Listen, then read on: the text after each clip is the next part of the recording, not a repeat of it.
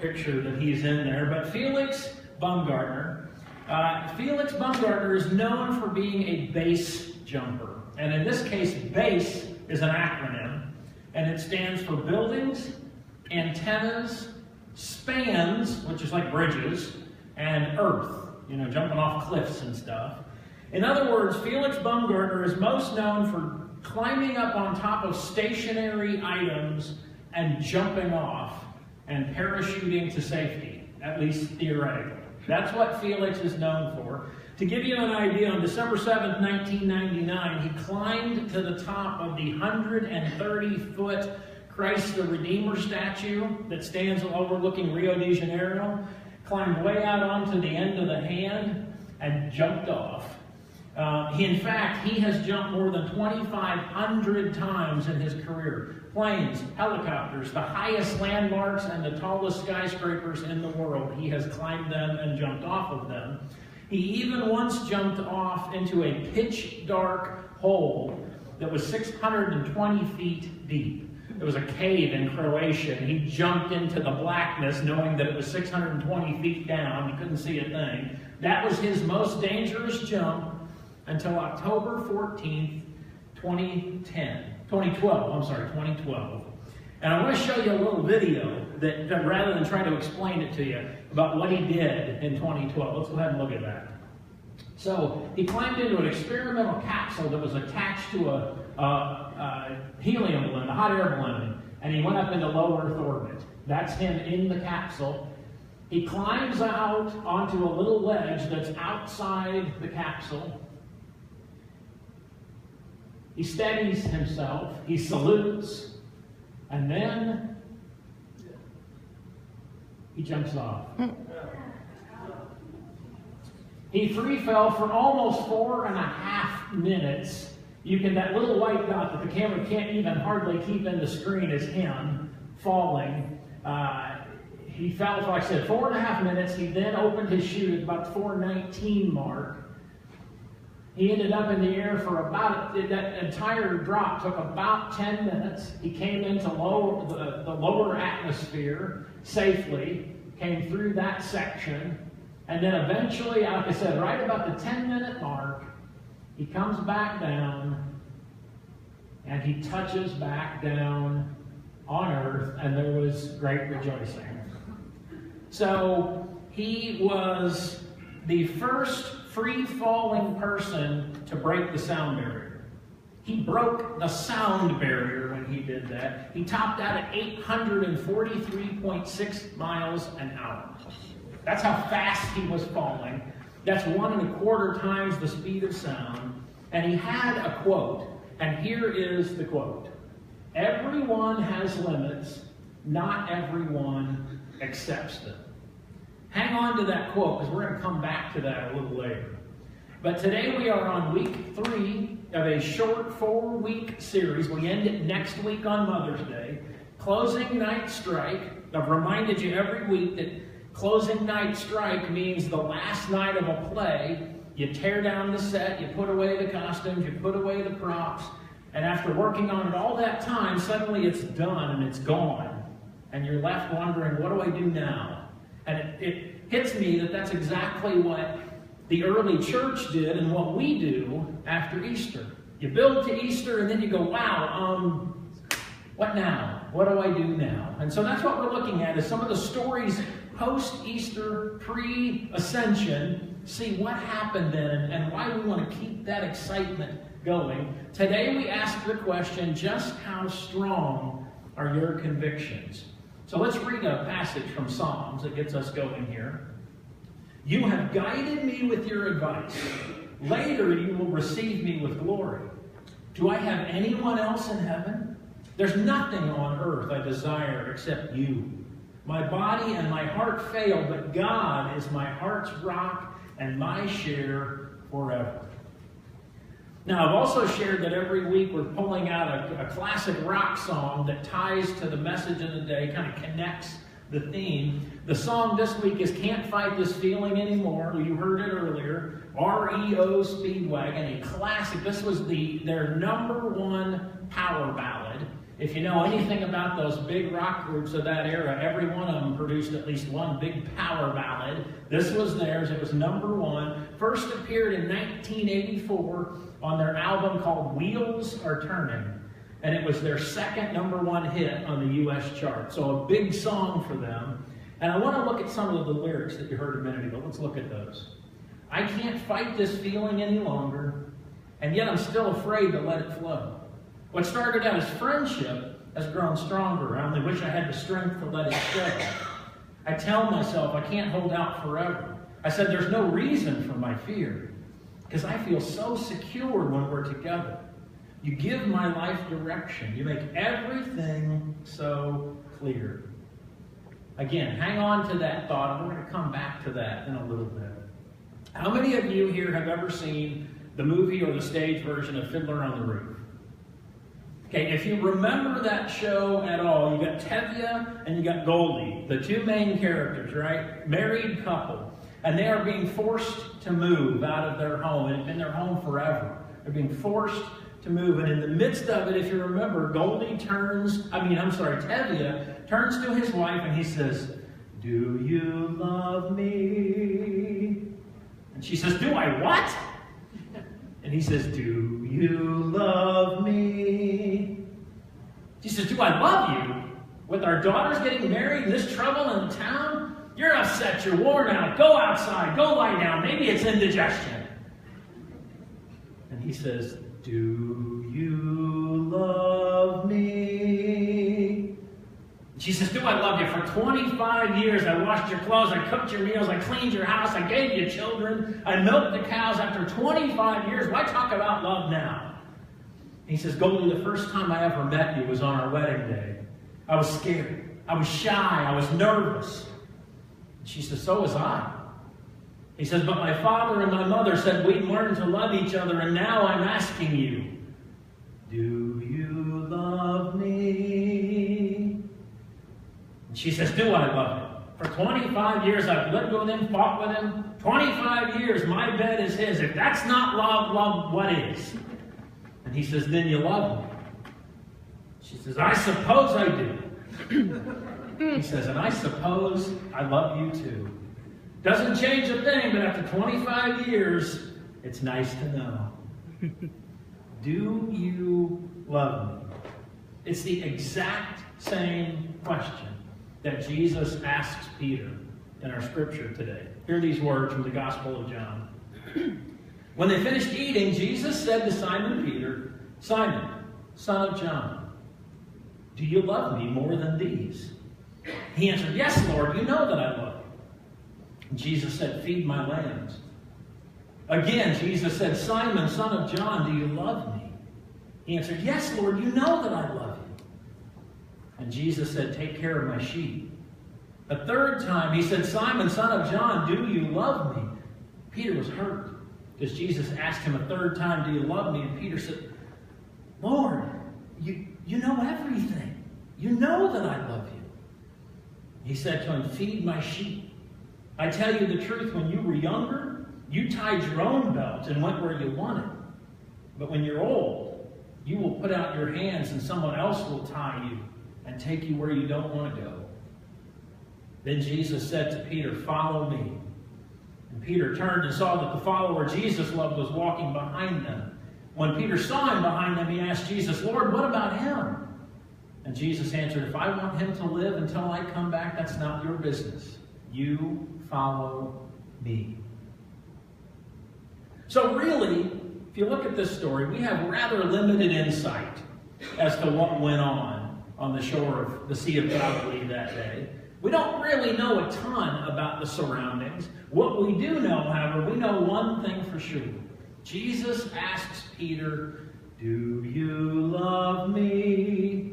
3 times. He asked him 3 times. Breakfast is over. They had the big monumental catch of fish. They bring them in, they cook, they eat there on the shore. Breakfast is over, and Jesus and Peter are off by themselves. They're alone. And Jesus asks a question that cuts right to the absolute heart of the situation. 3 times he says, "Do you love me?" 3 times. And you wonder why. Why was it 3 times that he asked him? Was it because Peter denied Jesus 3 times, not long ago at all? And so Jesus wants to now give him 3 opportunities to reaffirm his love, to wipe the slate clean, if you will. I want you to also notice that Jesus, the first time he asks, he doesn't just say, "Do you love me?" He says, "Do you love me more than these?" And you think about that and you think, what does that mean? What does more than these mean? It seems to me it could mean 2 different things. Because what he could be referring to is the boat and the nets and the equipment and this marvelous catch of fish that's there on the shore. Do you love me more than these material things? And don't get me wrong, they're not evil. They have their place. But their place shouldn't be first place. Are you willing to give up your comfort? Are you willing to give up your security and follow me? That's one possible meaning. But perhaps what he means is, remember when you said you would follow me anywhere? Remember when you said that, Peter? You said, even if the others fall away, I will not. Do you remember that? Do you really love me more than they do? Do you really love me that much? Because you really weren't any better than any of them when the chips were down and the cross was up. But notice how lovingly Jesus deals with Peter. Because we think of love often as a noun. That's how we view love. We talk about it. We romanticize it. We know we need more of it. But often we spend more time talking about it than we do actually putting it into action. But here, Jesus does just that. He puts love into action. He changes the word love from a noun to a verb right here in this story. Because the truth is, Peter had very little proof. He had hardly any evidence that he could lift up to show that he did love Jesus. Jesus asks him, and he really's got nothing to show to prove that he loves him. He had failed Jesus miserably. He had deeply hurt the one that he most professed to love. And yet, despite everything, Peter knows deep down in his heart that he does love Jesus. And so I imagine on that 3rd time that he's asked, I imagine tears are coming down his face. And he says, Jesus, you know what's deep inside me. They don't, but you do. You know what's there. I failed you. I faltered. I have fallen short. But Jesus, you know that I love you. And so Jesus says, then feed my sheep. 3 times Jesus asks, 3 times Peter responds, you know I love you. And 3 times Jesus recommissions Peter for his work. Feed my sheep. It was at Abraham Lincoln's 2nd inauguration. It was right near the end of the Civil War. People were wondering what he would say and how he would approach the situation and the South. He didn't lash out at the South in his inaugural address. Instead, he focused on the horrors of war and how they were finally drawing to a close. He talked about families reuniting. He talked about a time of peace coming across the nation. And then he said, in a few moments, I want the band to play. And I'm going to tell them what I want them to play. And that's all he said at that moment. Well, the band assumed that he was going to have them play Battle Hymn of the Republic. That was the go-to song. So they're getting everything ready. They're getting their music out. They're getting all set. But Lincoln threw a curveball. Here's what he said next. The band will now play the theme song of the people we have called our enemy. They're not our enemies anymore. We are one people again. I want the band to play Dixie. And there was, as you might imagine, a long, awkward silence. The crowd, the band, everybody just kind of sat there and stared. Not what they were expecting. The band didn't even have, you might imagine, any music for that song. Why in the world would they carry the music to Dixie? But they figured it out. Somebody knew. They picked the key mic. They kind of muddled around. And finally, they actually played a version of Dixie anyway at Lincoln's second inauguration. Lincoln knew how badly the South was hurting. And so he sent a clear signal that day: you will not be punished. You will be treated with love and compassion. So imagine the awkward silence as Jesus and Peter sat there on the shore that day. Imagine how awkward that was for Peter. I mean, what could he possibly do? He couldn't appeal to Jesus. He couldn't appeal to his spotless record of faithfulness because he didn't have one. He couldn't appeal to his reputation of being a man of his word because he had ruined that. He couldn't appeal to the testimony of his fellow disciples. They sure weren't going to stand up. He had absolutely not one shred of empirical evidence to prove that his love for Jesus was real. He felt so guilty about his earlier behavior. He couldn't get beyond that. What could he possibly say at this moment? And Jesus, on the other hand, could have been incredibly judgmental. And frankly, we would have all gone, yeah, I get that. He could have easily done that. He could have said, aren't you ashamed of the way you treated me? Peter, you lied about even knowing me. How do I know you're not just going to deny me again if I let you back in? He could have said any of those things and we all would have said, yep, go Jesus. But he diffused an awkward situation with a simple question. Do you love me? He knew Peter was hurting. He could see into his heart. He knew what was on his heart, so he cut right to the chase. He cut right there because he knew how he was feeling. And so he said, do you love me? Didn't shame him, didn't humiliate him, but instead offered up a sincere question tempered with love and caring and compassion. Like I said, Peter had nothing left that he could use to prove his love to Jesus. But he knew deep down in his heart that he didn't have to. He didn't have to prove his loyalty. He knew deep down in his heart that Jesus would forgive him. Because that's what Jesus does. In spite of our sin, Jesus is loving and forgiving. And when we are able to love like Jesus loves, then that caring and that compassion, they become the cornerstones of who we are as people, as families, and as a church. I want you to hear these words from the Gospel of Matthew. Kind of goes right along with what we're talking about. He replied, you must love the Lord. By the way, this is where they try to trick Jesus up. What's the greatest commandment, Master? Hoping he'll pick one, so that then they can say, well, what about all the rest of them, huh? So they say, what's the greatest commandment? Here's his response. You must love the Lord your God with all your heart, with all your being, and with all your mind. This is the first and greatest commandment.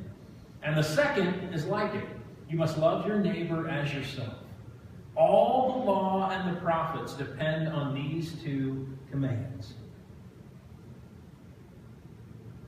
So Jesus' question, do you love me? Our answer to that question is what causes us to either stand or fall. And Peter figured that out finally that morning on the shore of the Sea of Galilee. He had a blinding revelation that morning that really woke him up. It's a realization. It's a realization that we need to come to as well. We each need to make that revelation for ourselves. Because regardless of anything else in the world, Jesus' love forgives us. It accepts us. And why? Because we belong to him. We belong to Jesus. Remember that quote from Baumgartner? Everyone has limits, not everyone accepts them. What are your limits? What are your limits? What are the things that keep you from a more complete relationship with Jesus? Now, before we close, one last look at the lyrics to the song. My life has been such a whirlwind since I saw you. I've been running around in circles in my mind, and it always seems that I'm following you, because you take me to the places alone I'd never find. And I can't fight this feeling anymore. I've forgotten what I started fighting for. It's time to bring the ship into the shore and throw away the oars forever. So my question to you is, are you ready? Are you ready to accept the forgiving love of Jesus Christ? Are you ready to one more time, or maybe for the first time, try and be one of his followers, fully and completely? Life lived in Jesus Christ is a whirlwind, and that's putting it mildly. He takes us to places that alone we don't have any chance of finding. It's time to bring the ship into the shore, throw away the oars, and commit fully your life to Christ. Would you pray with me? Father God, I thank you. I thank you for week